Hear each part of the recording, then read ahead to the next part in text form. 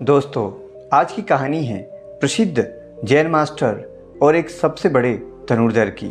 बहुत सी तीरंदाजी प्रतियोगिताएं जीतने के बाद एक युवा नौजवान तीरंदाज खुद को सबसे बड़ा धनुर्धर मानने लगा।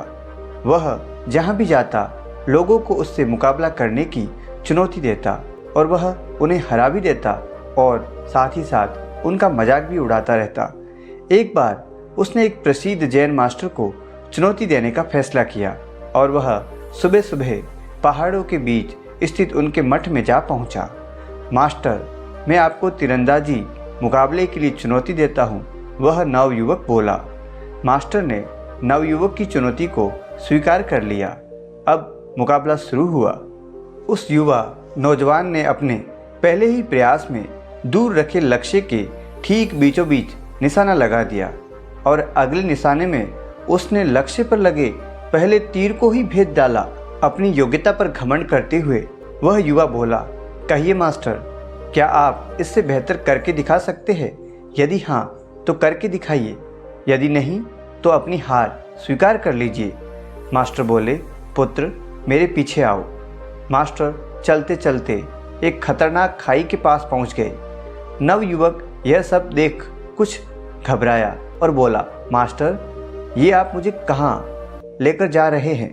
मास्टर बोले, घबराओ नहीं पुत्र, हम लगभग पहुंच ही गए हैं। बस अब हमें इस जर्जर पुल के बीचों बीच जाना है।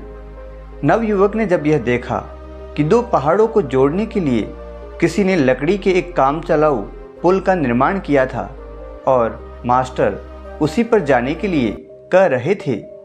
मास्टर पुल के बीचों बीच पहुंचे, कमान से तीर निकाला और दूर एक पेड़ के तने पर सटीक निशाना लगाया।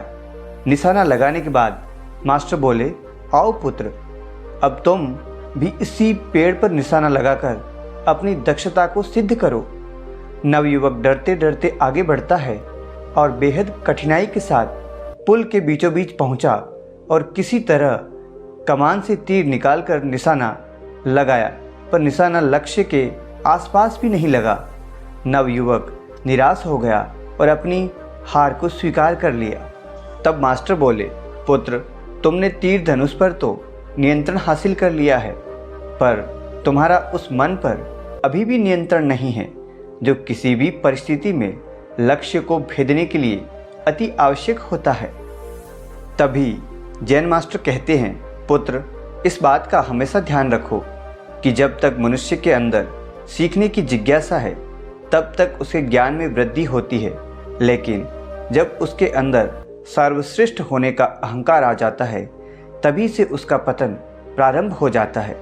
नवयुवक मास्टर की बात समझ चुका था। उसे अब एहसास हो गया था कि उसका धनुर्विद्या का ज्ञान बस अनुकूल परिस्थितियों में ही कारगर है और उसे अभी भी बहुत कुछ सीखना बाकी है।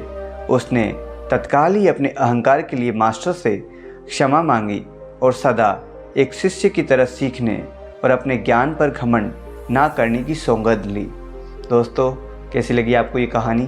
अगर अच्छी लगी है तो वीडियो को लाइक और चैनल को सब्सक्राइब ज़रूर कर दीजिएगा। धन्यवाद।